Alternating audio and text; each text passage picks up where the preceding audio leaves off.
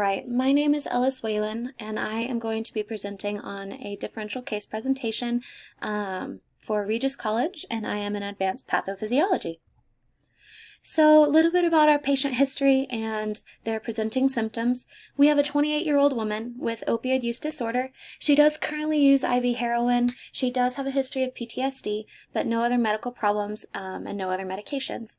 She is currently single. She does live with several roommates, and she does have a history of legal problems, and she has spent some time in jail. She is currently sexually active with both men and women. However, she does have inconsistent use of protection during sexual activity. She shows up to your practice today with shortness of breath, flank pain, chest pain, and fever. So we're going to run through some differential diagnoses that she might have. First and foremost is acute endocarditis. Endocarditis occurs when normal heart valves are attacked by a highly virulent microorganism. This causes inflammation and formation of vegetations. You can see these vegetations in the illustration below. Oftentimes it affects the tricuspid valve, and those vegetations do have a risk of breaking off, and they do run a risk of causing valvular damage. So risk factors for development of endocarditis: intravenous drug use, immunocompromised state, presence of artificial valves, and congenital abnormalities can all increase your risk for endocarditis. Clinical symptoms of acute endocarditis include fever, lethargy, general malaise, back and chest pain, dyspnea, shortness of breath, chills, drowsiness, and then due to those possible septic emboli, we might see some symptoms in secondary locations of the body as well. So this sounds very much like our patient. Our patient is having that fever, back and chest pain, shortness of breath. Those are all things that we are seeing, so this looks like a pretty good diagnosis. Number 2, we are going to talk about urinary tract infection and possible pyelonephritis. UTIs, we all know them really well. They are a very common health issue, and they might affect the lower or the upper urinary tract, and it occurs when those tracts become populated with a microorganism. Very often we see our wonderful E. coli, and this causes inflammation, discomfort, and infection. So those clinical signs of UTI: lower abdominal pain, urgency and frequency with urination, fever, nausea, and dull aching flank pain can be present as well. Risk factors for development of UTI: there's an illustration of a female anatomical urinary system. Women are more prone, just because of our anatomy, to UTI development, shorter urethra, and bacteria does go up in an ascending fashion for development of a UTI.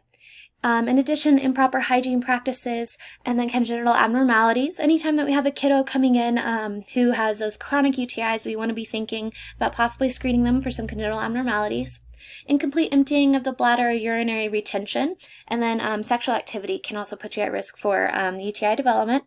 And then pyelonephritis occurs when the infection goes ahead and it ascends those ureters, and then it goes into the kidneys, starts to populate that renal pelvis, and now we have pyelonephritis. And so that is going to be our differential diagnosis number 2. Lastly, we're going to talk about hepatitis B virus.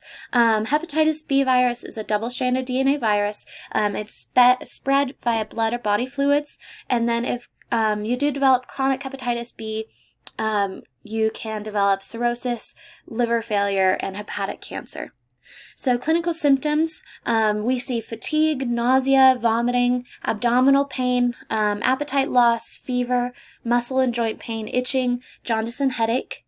Risk factors, again, we see that intravenous drug use, anytime that there is going to be sharing of needles, syringes, or drug preparation equipment, contact with blood or open sores of an infected individual, sharing items such as razors or toothbrushes, and then sex with an infected partner.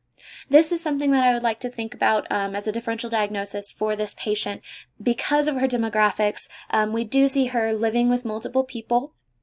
She is currently using intravenous drugs, and she does she is having sex with both men and women. And so living with several roommates, she might come into contact, if she does have other roommates who are intravenous drug users as well. We want to be considerate that maybe they're sharing razors or other personal hygiene products. And so being considerate that she could have been exposed to hepatitis B. And so even though hepatitis B does not have shortness of breath or chest pain, being considerate that maybe she's having an exacerbation of anxiety related to her PTSD, but definitely being considerate of a possible hepatitis B viral exposure. So this is definitely one of the diagnoses that we would like to be considerate of. So who is the culprit? Infective endocarditis. So acute infective endocarditis. Suspect endocarditis in any intravenous drug user with fever from an otherwise unidentifiable source. It would be easy enough on our patient to go ahead and do a quick urinary analysis, rule out UTI. If we cannot find the reason for her fever, it is important that we work her up for infective endocarditis.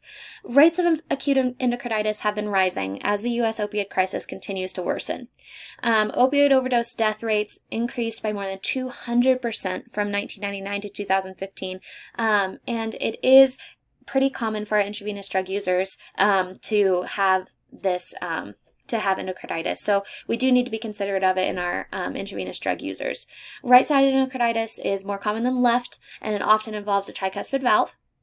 Causative organisms, our most common organism is going to be Staphylococcus aureus.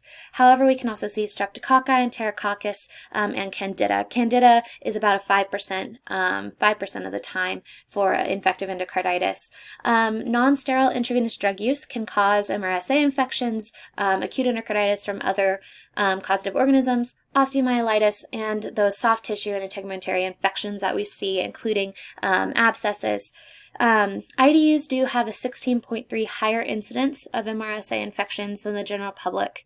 So when we are seeing a active intravenous drug user who we are working up for endocarditis, we can utilize the Duke clinical criteria tool. It does have major and minor criterion that can meet for diagnosis, or we can also refer them to a cardiologist. They will need to be seen for follow-up and to develop a treatment plan.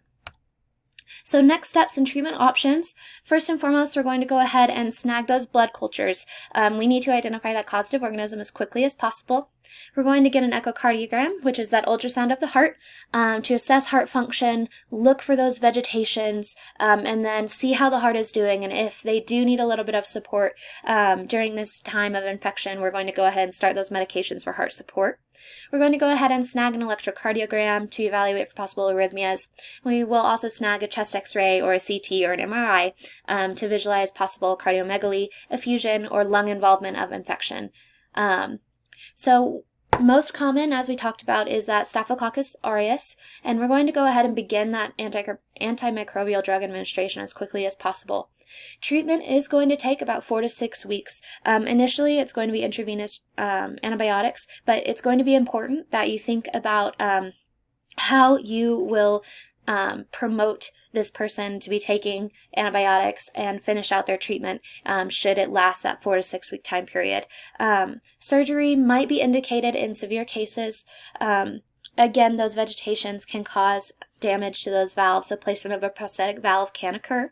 Most important, it is going to be very important to get your patient to the cardiologist and for possible hospitalization and treatment plan. Most importantly, when you do experience any active intravenous drug user, it is an education opportunity. It is an important check-in time. Making sure that you are promoting utilization of public health initiatives to decrease incidence of intravenous drug use-associated infections. So that acute endocarditis that we're seeing, HIV, Hep C, Hep B, and acute endocarditis and abscesses, those are all associated with intravenous drug use, and we do have a lot of really wonderful health initiatives in place. Here in Colorado, we do have a needle exchange, and we do have safe injection classes. So being aware of what your community offers, being aware of your policies, and promoting those safe public health initiatives that can help someone struggling with addiction. If they are ready to get some help, you can also let them know about medication-assisted treatment for opioid addiction. And then if they are not, you can also talk about Narcan administration education and then possible provision of resources to obtain Narcan. I know that here in Colorado, we do teach Narcan administration classes, and at the end, anytime that we have a person who has successfully gone through the class, we do go ahead and give them Narcan. So it's important to know your community resources and then promotion of mental health services and initiatives as indicated for this person. So identification of the clinical problem and then follow up to create a holistic plan of care.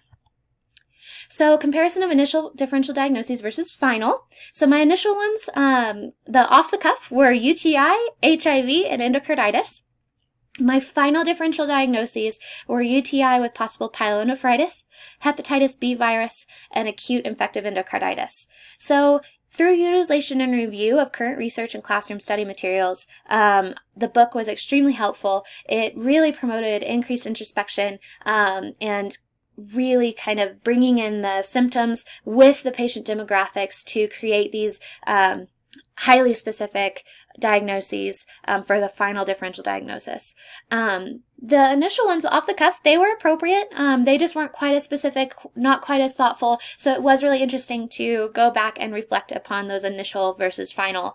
But again, those final diagnoses took into consideration the patient demographic information, thoughtful research, and then those presenting symptoms, to create this comprehensive final diagnosis of acute infective endocarditis.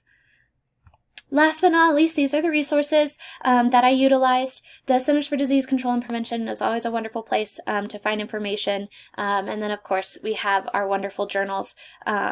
So thank you so much for listening. I hope you have a wonderful day. And that is our patient.